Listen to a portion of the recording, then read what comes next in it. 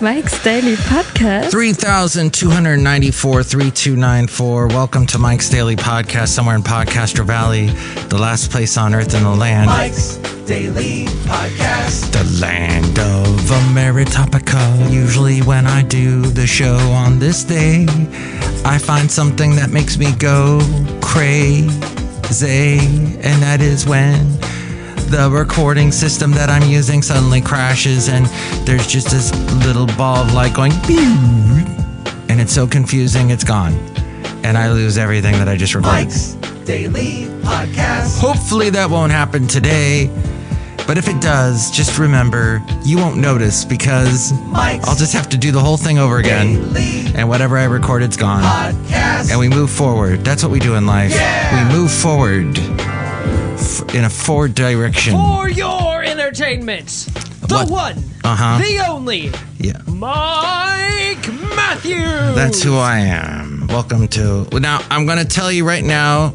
of course, we don't do podcasts on the weekend. Usually, I do so many podcasts during the week, it takes the weekend for people to get caught up. And then we will not be doing a podcast on Monday. Why? It is a very special holiday. It's even more of a day that gives to you versus just being a day off, which I don't think any of you will have except for me. But it is a day that gives to you. It pays forward. And that is free feral cat spay day. No, it doesn't give you free feral cats this day.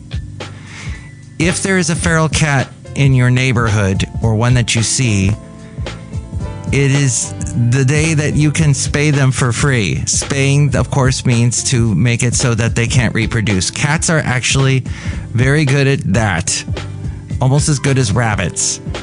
It's a national holiday initiative observed on April 27th of every year. The activity holiday focuses on helping feral cats get spayed and have basic health examinations. A lot of individuals tend to leave out a dish of fresh cat food. And here's today's podcast picture. And water for feral cats where they live. Oh, the podcast picture is of me at this beautiful spot that I have found recently in Niles Canyon, in the town of Niles, which is next to Fremont, California. And it's an old-timey town where they filmed a lot of silent movies over 100 years ago.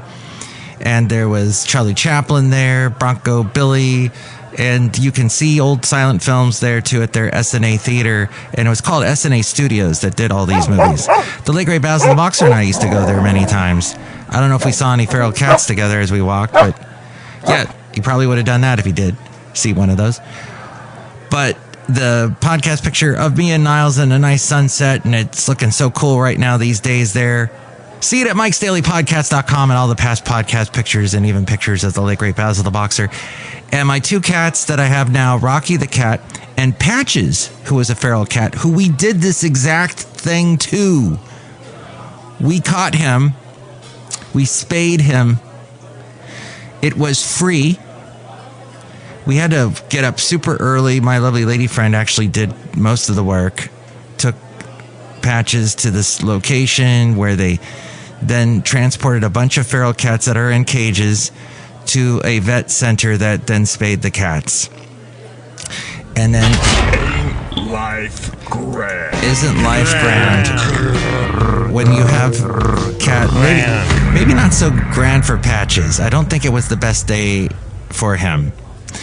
But he was spayed. They checked him out because I can't pick him up. I can't pick up Patches. I can pet him. He'll sometimes sit on me, but if I try and grab him, he will scratch me, and I will not be able to take him anywhere. I can't get him into a box or anything. Or a crate, whatever you call those things that carry a cat box. He does his business outside. He doesn't use a litter box inside, so he's still very feral in many ways. But we got him checked out. This was a few years ago, and he was spayed and taken care of. Now, this is what they do on Monday, coming up April 27th. It helps feral cats get spayed and have basic health examinations. A lot of individuals tend to leave out dishes of fresh cat food and water for feral cats where they live. These feral cats are not pampered pets and have to fend for themselves. During this holiday, in what they do is they apply an ear tip. And yes, Patches has a little ear tip. A little piece of his ear has been clipped off. And that is the way to identify that the cat has been spayed, preventing future trapping and transport for unnecessary surgery. To let you know that this cat has been News random. checked out. That's news random to you, I bet. If you didn't know, that's what they do with feral cats all over the country. On the special, they do this every day, but this is a special day where they bring attention to it on April 27th. So we will not be doing a podcast that day, and hopefully you'll be helping these cats out in your neighborhood that are feral, and they need to be. Okay, so we got this house down the street. And this is an interesting situation. I don't know if you can tell me what to do. I have called several local government agencies to figure out what the heck to do. But there's some house that looks very unkempt, and there are cats out front all the time, and there are kittens that every year there's a new batch of kittens. And then those kittens have cats, and it goes on and on and on.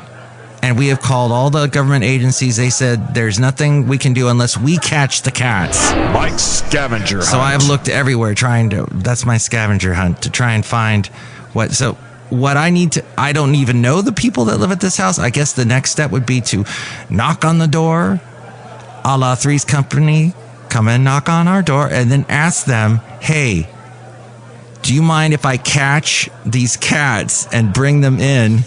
And you got to do it early in the morning. So that means you have to catch the cat the night before, and then they're going to meow all night and sound terrible, and it's going to rip at your heart and make you cry. It's a difficult job, but that's what we had to do with Patches. We had to catch him the night before, and all night he protested. But I guess that would be the next step. Or for those people to take responsibility for themselves that live in that house and actually trap the cats themselves and take them in to be spayed so that they stop adding to the cat supply. And they live right in the cat population. They live right on a corner where big buses go by twice an hour. Actually, 2 buses go in opposite directions. So it comes out to like 4 buses going by this house every hour. These tiny cats. Yeah. So just... I doubt people that live down the street listen to this podcast, even though I'm doing the podcast right down the street in PodCastro Valley. In the land of Ameritopica, the last place on earth, broadcasting from Café Anyway. But they should take responsibility. Some very responsible people also are honored on Monday coming up, April 27th. That is Autism Supermom Day. I actually work with someone who is the mom of an autistic child, and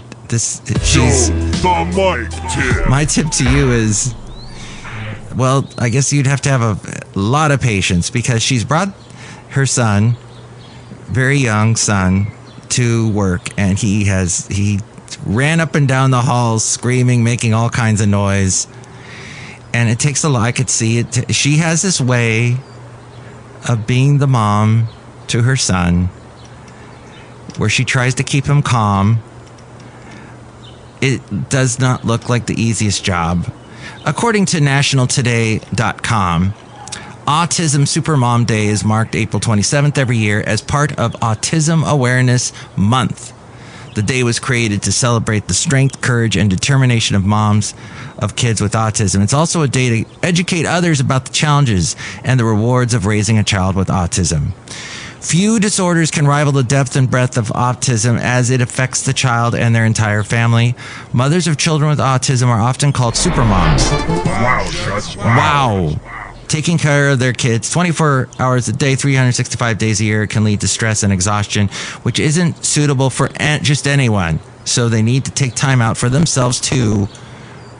So honor those that are doing that tough work.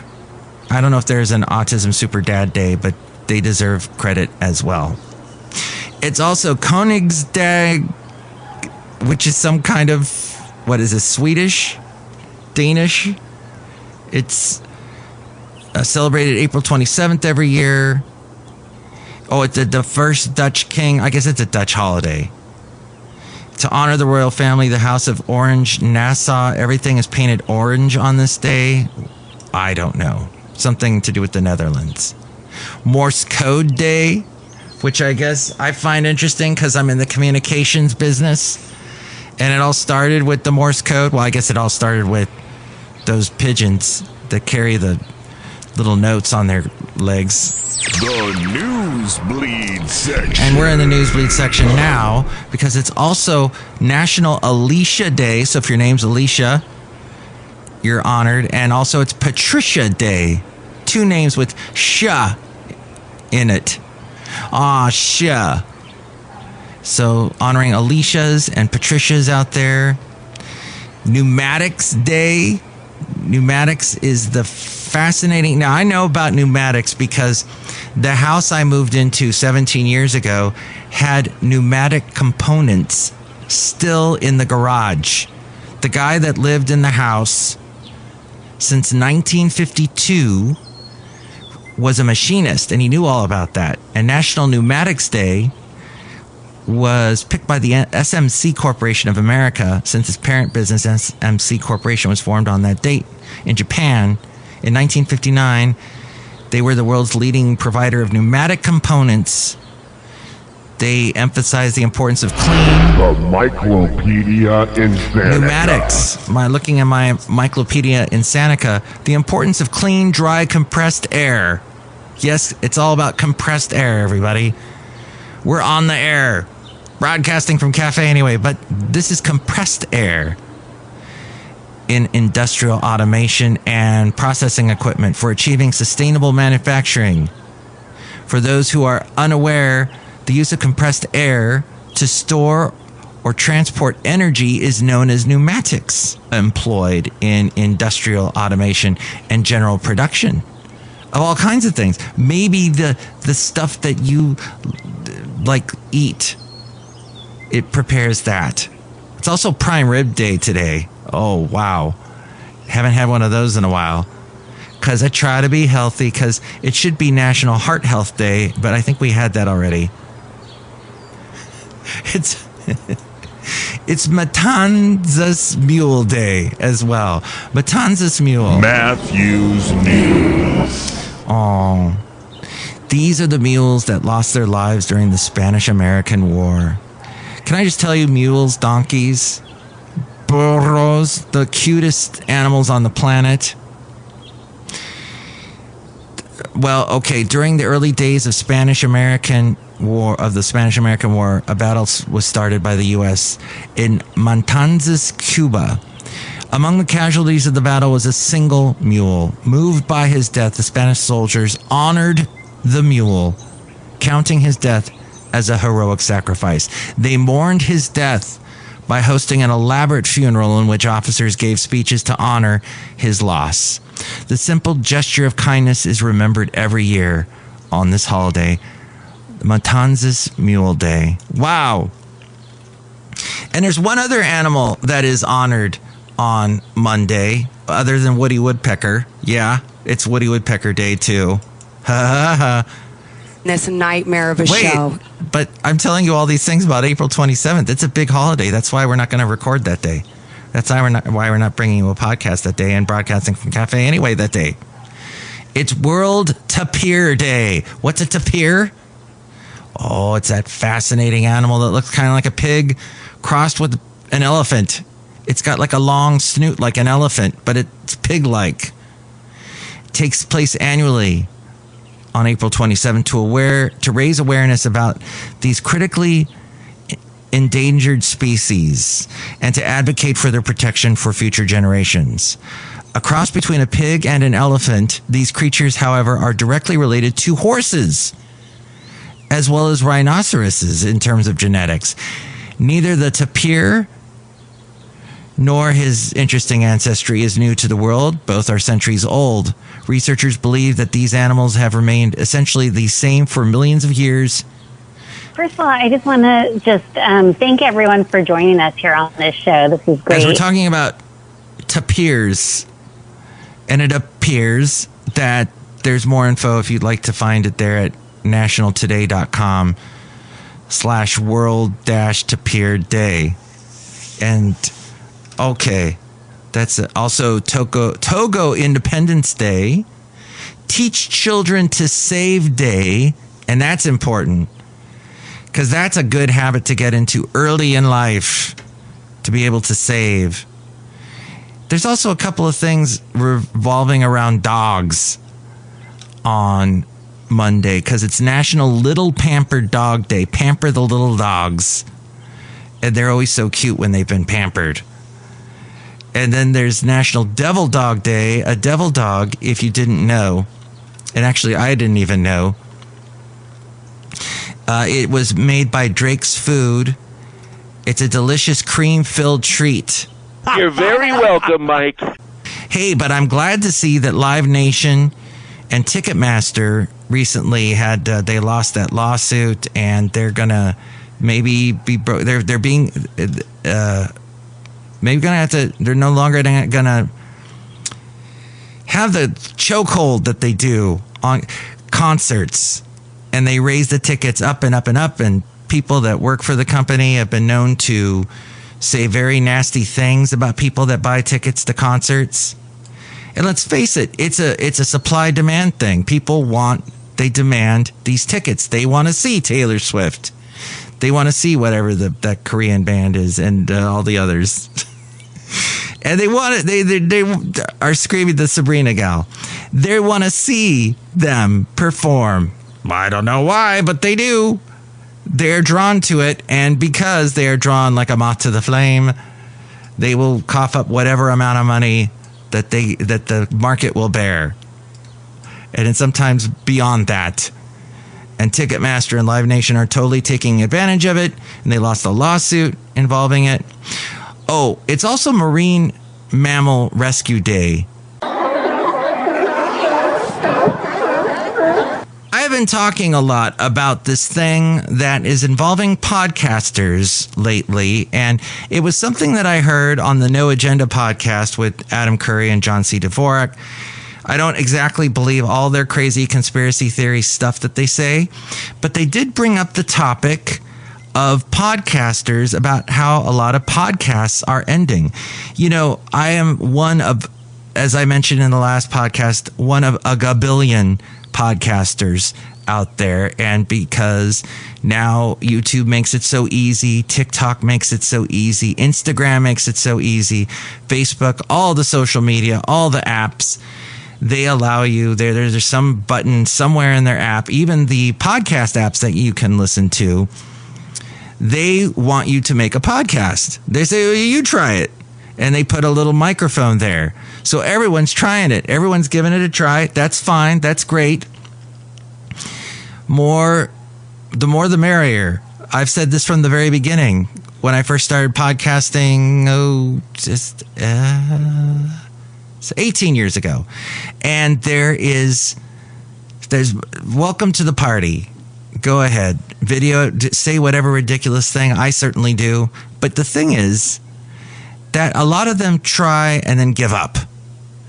And this is very interesting what John C. Dvorak said. Actually, Adam Curry, who is known as the Pod Father, he laid down the groundwork after he did all the Headbangers Ball stuff on MTV back in the late 80s, early 90s. Remember when all the hair metal bands got so popular in the late 80s with your Bon Jovi, Def Leppard, then Guns N' Roses, and all the other heavy metal bands that were doing pop songs like Warrant, and the other one that's like Warrant, and I can't think of them right. Oh, Skid Row. No, the one that's I can't think of them, which is probably a good thing. Cinderella. Anyway, Café Anyway, they poke fun at interesting things they see in the media, and this was something they brought up that I've been talking about on this show. And I've been talking about it so much I had to look it up again, what they said, because they said this a couple weeks ago about podcasters just giving up The Wall Street Journal had a piece about the veteran podcasters hanging up their headphones. Podcasts can run forever, but some hosts are bowing out or changing direction as celebrities and YouTube dominate the industry. As far as I know, 20 years ago, it's the same thing. Yeah, no, celebrities, comedians, YouTube. Yeah, it's all these duos like, oh, well, we're hanging out. Oh, we're not going to do it anymore. We've been doing it for 7 years. We're going to do something else. And they blame it on YouTube. But that's not the problem. All of these podcasts that they mention are all guest-driven. Oh, yeah. And so what they're noticing is that when people have a choice to go on different podcasts, they can only do so many. And so if you base your podcast on your guest, which can make for a very successful podcast depending on your guest, and you get the Kelsey brothers or anything, but the Kelsey brothers I already did 8 podcasts this month. I'm done. It's okay. And that's why they're hanging up their headphones. Mm-hmm. So we're just going to keep on trucking, baby. No one can stop this train. We felt that guests, the whole idea of using them was a hindrance, and we both had a laundry list of reasons for that. Mm-hmm. Yes. And they don't show up, they're dull. Case in point, I've been on Rogan 6 times. There's got to be a deficit of guests. You've been on 6 times? 6 times, yeah. There's a deficit of guests. I used to have guests on this podcast a lot. Vixen. Do you remember Vixen? They were a heavy metal band, but they were all women. Kind of like the Runaways, which Lita Ford had a lot of success in the late 80s, as did Johnny. Oh, come on. I love rock and roll and the Blackhearts. Well, her name will pop into my head in a second. Probably has already popped into your head. But here is, I'm staring at an ad for some car tire company, and it's distracting me. Ugh.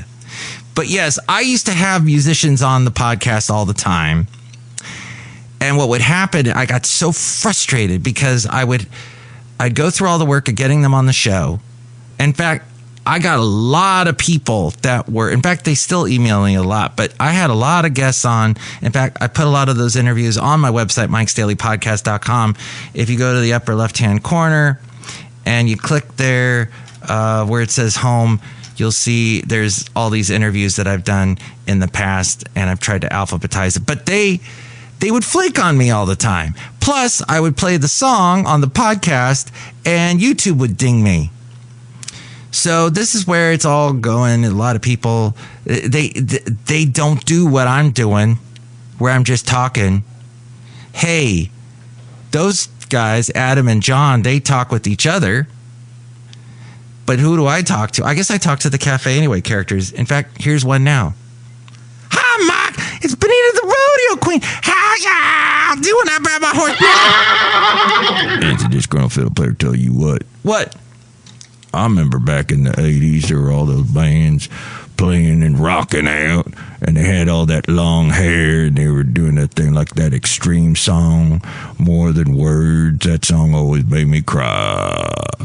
You know, some of those guys later, they were popular for just a few years, and then grunge came in and totally discredited them, and then they just started to vanish. Poison, that was the other one. They had the Every Rose Has Its Thorn and Give Me Something to Believe in and all those songs. So yeah, I was bald pretty early in my life, so I didn't get to do the long crazy hair like those rockers did. Gosh, Sebastian Bach from Skid Row still has his long hair. It's crazy. So many of those rockers still have long hair. I don't know how much of it is a hair weave or a wig or whatever, but oh yeah, Van Halen was big in that time period. Look who else is here. Hello, Mike. I make delicious root beer hairstyle right now. I could sure. In fact, I'm going to drink this root beer. I'm going to be a little different. I'm going to drink it out of a martini glass for no apparent reason. It's a psychological thing. Makes me think I'm drinking alcohol when I'm not. Oh, wow. That was interesting. What's in that? All kinds of natural stuff. Because we're going, natural. Because I make the root beer in the basement of the Café Anyway. Not the K. Santa Fe Cafe. Over! Yeah, Hey Santa Fe Cafe was the thing I did on the country station. A lot of rockers got into writing country songs, too. They went to Nashville, and they wrote, or they played guitar. That was the guy, Dan Huff. He was with the band Giant. The big song.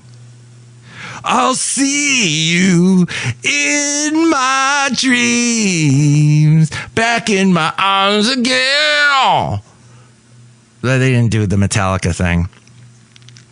But yeah, with that the growl. But Dan Huff from that band, he produced Faith Hill stuff. Oh, there was so many other, was it Rascal Flatts? I don't know. There's a myriad of country bands that he produced. So thank you for the root beer. Yeah, drink right now. I'll kill you. You know, we didn't even get into the cliche of the week because we were talking about all the important things happening on a day that maybe the day has already passed by the time you're listening to this. But there is a myriad of reasons I gave you why we didn't do a show that day. What's the cliche of the week? Is the cliche... What's the cliche of the week? Hamburgers? What's the cliche of the week? Live Nation? What's the cliche of the week? Well, hamburgers, there's two stories here. Hamburger price anxiety. Cattle prices soared recently to record highs because the summer grilling season's heating up. Is that a cliche? Summer grilling? Summer barbecuing? Summer. What's the cliche of the contract has jumped What's the cliche of more than 25% What's the cliche of over the last 12 months as ranchers What's the cliche of faced rising price costs, and so they had to slash the size of their herds. Aww. Limited supply drove the average price of ground beef for hamburgers up to about $7 a pound. If you top it off with a slice of tomato, that's bad too, because tomato prices spiked about 15% last month to levels last seen more than 8 years ago before COVID. So there's that. And then the Live Nation Ticketmaster thing we were talking about, they merged, did you know? Way back. This happened a long time ago, 16 years ago. 2010 is when it happened. They dominate in concert promotion, venue management, and ticketing. The market share of ticketing and promotion, they now have 70% of that market. So a federal jury found that Live Nation illegally monopolized the ticketing market. So the Justice Department made the decision to settle its case against Live Nation. And so thus, that left 30 states to try their claims without the federal government. Now the states will likely try to convince a judge to break up the company. We've had enough. The total amount Live Nation will pay hasn't been determined yet. A potential breakup of Live Nation and Ticketmaster would be a significant blow to that company. Live Nation said it would ask the judge to find that jurors had erred, and thus they overturn the verdict is what they want to do.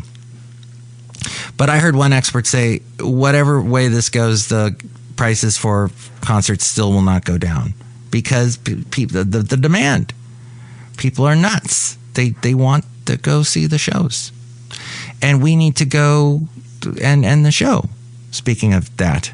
But you can call with your interesting insights into anything we covered today. Here's the number to call. Call Mike at the Café Anyway hotline. Area code 510-228-4640. Will you shut ups? Liberty Nation Freedom Phone for All. And with all things having to do with Mike's Daily Podcast, we go to the mainframe and hear from A-Frame. Thank you for listening. Mike's Daily Podcast is written and produced and performed by Mike Matthews. His podcast is super easy to find. Download or listen to his show and read his blog at mikesdailypodcast.com. Email Mike now at mikesdailypodcast@gmail.com. See you tomorrow. Bye.